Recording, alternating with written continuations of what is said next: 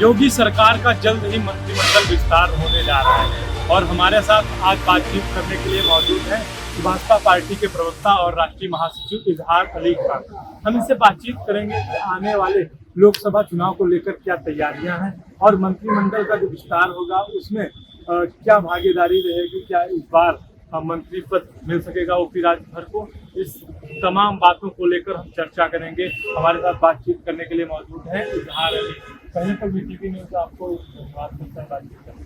बहुत बहुत धन्यवाद आपको और आपके दर्शकों को हमारी सुरेंद्र भारतीय समाज पार्टी की तरफ से बहुत बहुत स्वागत और अभिनंदन और धन्यवाद। लोकसभा चुनाव से पहले प्रदेश में मंत्रिमंडल विस्तार होना है, क्या लगता है ओपी राजभर को मंत्री पद मिल सकता है? देखिए, ये एक किसी की भी सरकार हो, ये सरकार की सतत प्रक्रिया होती है कि जो सुहेलदेव भारतीय समाज पार्टी और भारतीय जनता पार्टी कार्यकर्ता आधारित पार्टी, अब उसमें किस कार्यकर्ता को क्या जिम्मेदारी दी जाएगी ये पार्टी हाईकमान और कोर कमेटी तय करती है कि किस कार्यकर्ता को मंत्रिमंडल में जगह दी जाए और किस मंत्रिमंडल के मंत्री को संगठन में जगह दी जाए, किसको कहाँ इस्तेमाल करना है, ये सब पार्टियां तय करती हैं। और कार्यकर्ता के अनुभव पर और उसके उपयोगिता पर कि उसको कैसे उपयोग करना है और कैसे जो योजनाएं हैं पार्टी की वो कैसे जमीन स्तर तक धरातल पे पहुंचे, इसके लिए ये सब प्रक्रिया होती है। ये सतत प्रक्रिया है, इसमें कोई बड़ी बात नहीं है, तो उसको बता देता हूँ। लोकसभा चुनाव को लेकर क्या तैयारियां हैं ओपी राजभर पार्टी की? लोकसभा को लेकर देखिए, हमारा जो एनडीए गठबंधन, हम लोग 80 की 80 सीटों पे पूरे जोरदार तरीके से तैयारी करते हैं और हम वैसे भी सुहेलदेव भारतीय समाज पार्टी और या हमारे नेता माननीय ओम प्रकाश राजभर या हम जितने भी पार्टी के नेता हैं वो सब पाँचों साल यानी महीने के 30 दिन, हफ्ते के 7 दिन हम लोग कंटिन्यू चुनावी मोड में रहते हैं और शोषितों, वंचितों, दलितों, पिछड़ों, अल्पसंख्यकों, मुसलमानों के बीच में हम लोग करते रहते हैं और उनकी दुख दर्द को सुनते हैं और अधिकारियों के माध्यम से, सरकार के माध्यम से हम लोग उसको सुलझाने का, उसको हल कराने का प्रयास करते रहते हैं। 5 साल हम लोग चुनावी मोड में रहते हैं, तो हम लोग जो हमारा एनडीए गठबंधन सहयोगी जो एनडीए दल है, एनडीए गठबंधन पूरा 80 की 80 लोकसभा सीटों पर हमारी तैयारी है और हम लोग तैयारी करते रहते हैं और 80 की 80 सीटें जीतेंगे, इसमें किसी को कोई शंका होनी नहीं चाहिए। 80 की 80 सीटें और प्रचंड बहुमत के साथ माननीय मोदी जी को तीसरी बार देश का प्रधानमंत्री बनेंगे। भाजपा के सीटों पर देखिए, ये विषय हमारे राष्ट्रीय प्रवक्ता का नहीं है, ये विषय है पार्टी आला कमान और कोर कमेटी जो बैठक करेगी हमारी, वो जो सीटें मान लीजिए सुहेलदेव भारतीय समाज पार्टी को मिलेगी उस पर एनडीए के जितने भी सहयोगी हैं, भारतीय जनता पार्टी, निषाद पार्टी हो या अपना दल हो, वो सहयोग करेंगे। जहाँ पे निषाद पार्टी को मिलेगा वहाँ पे सुहेलदेव भारतीय समाज पार्टी, अपना दल और भारतीय जनता पार्टी सहयोग करेंगी। जहाँ पे अपना दल को मिलेगी सीटें वहाँ पे हम लोग सब पूरा सहयोग करेंगे और जहाँ पे भारतीय जनता पार्टी को तो उसमें लड़ना है सबको, तो उसमें सारे दल सहयोग करेंगे। तो हम लोग एक दूसरे से समन्वय बना के और पूरे जी जान से, ईमानदारी से हम लोग जिसके साथ रहते हैं पूर्णतः ईमानदारी के साथ रहते हैं।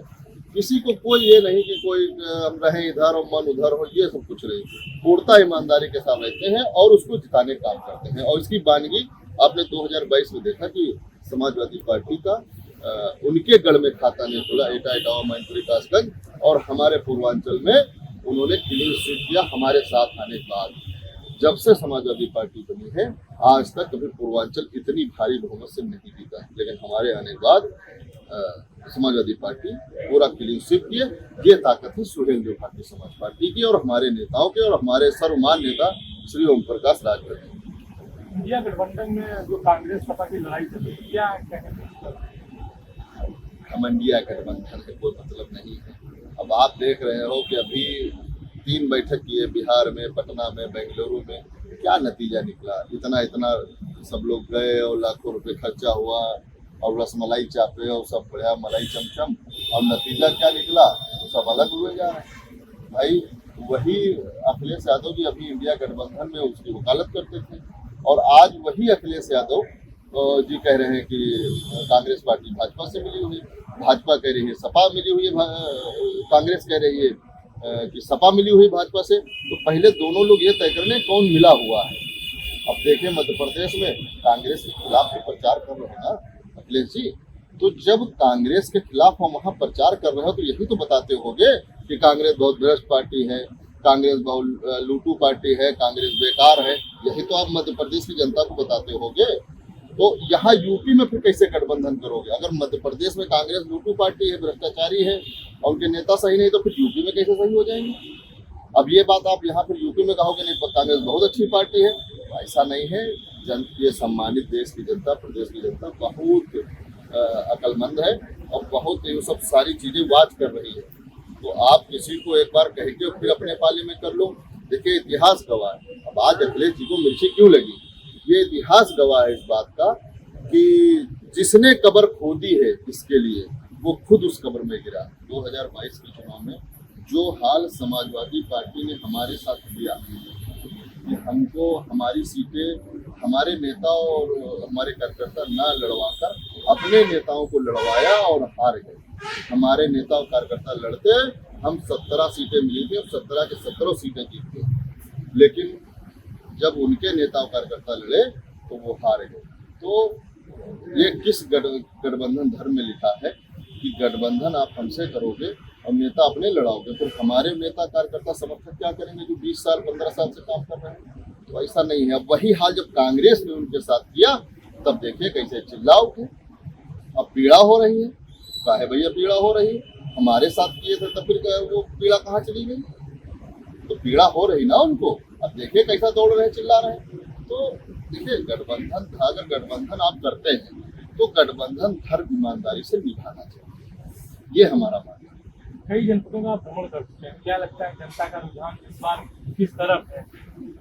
नहीं देखिए हमने क्या कहा कि सुहेल देव भारतीय समाज पार्टी अपने नेताओं को कहाँ इस्तेमाल, कार्यकर्ताओं को, हम भी बहुत छोटे से कार्यकर्ता हैं पार्टी के, बहुत छोटे से कार्यकर्ता हैं, अपने कार्यकर्ताओं को नेताओं को कहाँ लगाना है, कहाँ उसका उपयोग हो सकता है, कहाँ अच्छे से अच्छे वो लोगों से मिल सकता है, अच्छे से अच्छे काम कर सकता है, अच्छे से लोगों की सेवा कर सकता है। तो उस आधार पे हमको पार्टी ने निर्देश किया कि नहीं इजहार भाई आपको जो है पश्चिमांचल जाना है और अल्पसंख्यक जागरूकता अभियान, अल्पसंख्यक जो हक अधिकार सम्मेलन जो हम लोग करने वाले थे लेकिन उसमें थोड़ा सा देरी हो गई, तो हमने अल्पसंख्यक जागरूकता अभियान निकाला और लोगों से जाके मिले।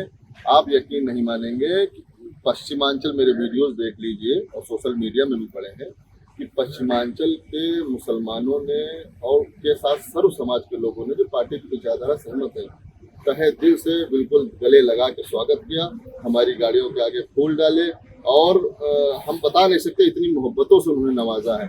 यही हाल जब मैं पूर्वांचल गया, अभी तो मैं पूर्वांचल आया हूँ परसों, तो आप यकीन नहीं करेंगे कि इतना जबरदस्त लोगों में उत्साह था, इतना जबरदस्त मुसलमान इलाकों में कि सुहेल देव भारतीय समाज पार्टी में मुसलमानों हम देखिए हमारी लड़ाई हक अधिकार की भाई।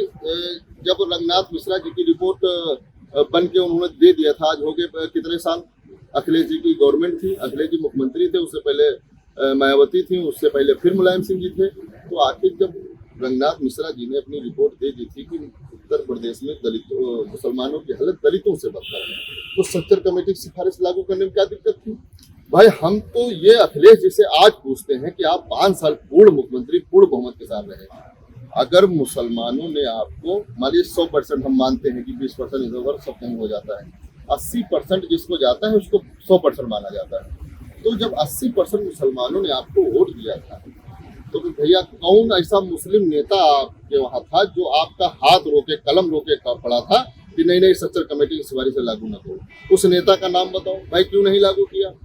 आज समाजवादी पार्टी में आपको दावे के साथ कह सकता हूँ, समाजवादी पार्टी के चाहे विधायक मुस्लिम हो, चाहे जितने बड़े नेता हो मुस्लिम, आज कोई सच्चर कमेटी की सिफारिश की वकालत नहीं कर सकता। ये केवल सुहेल देव भारतीय समाज पार्टी में दम है जो मैं एक जागरूकता अभियान लेके निकला हूँ कि मुसलमानों आप अपने हक अधिकार के लिए लड़ो। जब आप अपने हक अधिकार के लड़ोगे तो कहीं ना कहीं अल्लाह की मदद आएगी और ऊपर अल्लाह मदद करेगा। ये समाजवादी पार्टी के लोग ये सब धोखेबाज लोग हैं, ये मदद करने वाले नहीं हैं। और अगर ये वाकई मुसलमानों के हक अधिकार की बात करते हैं तो अखिलेश जी सच्चर कमेटी पे क्यों नहीं बोल रहे? और अब बोलेंगे क्या? जब सरकार में रहे तब नहीं, जब कर सकते थे तब नहीं किया, अब क्या बोलेंगे? तो ना अखिलेश जी बोलेंगे, ना उनके जितने मुस्लिम नेता है वो बोलेंगे। लेकिन सुहेल जो भारतीय समाज पार्टी का प्लेटफॉर्म ऐसा है कि चाहे जिस जाति बिरादरी का आदमी हो, वो चाहे जो नेता हो, अपने हक अधिकार के लिए प्लेटफॉर्म है। सुहेल जो भारतीय समाज पार्टी का अपने हक अधिकार की आवाज उठा सकता है। हम लोग हक अधिकार के लिए लड़ते हैं। 2024 में कौन बनेगा? देखिए, 2024 में किसी को संशय कोई नहीं होना चाहिए। अगर कोई विपक्षी दल बहका रहा है या कोई विपक्षी दल किसी को गुमराह कर रहा है, तो मैं आपके माध्यम से देश की जनता को, प्रदेश की जनता को अपील करूंगा, किसी के बहकावे में ना आइए। आप अकलमंद है, ऊपर वाले ने सबसे ऊपर दिमाग दिया है, इंसान के सबसे ऊपर दिमाग दिया है। आप किसी के बहकावे में ना आइए। 2024 में एनडीए गठबंधन की मोदी जी के नेतृत्व में सरकार बनने जा रही है, इसमें कहीं किसी को कोई शंका होनी नहीं चाहिए। तो ये थे सुभाषपा के प्रवक्ता और राष्ट्रीय महासचिव इजहार अली, जिन्होंने बताया कि 2024 में फिर से मोदी सरकार बनेगी और एनडीए गठबंधन सुभाषपा का होगा, उसमें भी सरकार भाजपा की ही बनेगी। लोगों को अपील भी इन्होंने कर दी है। वीटीवी न्यूज से विपिन आनंद, सीतापुर।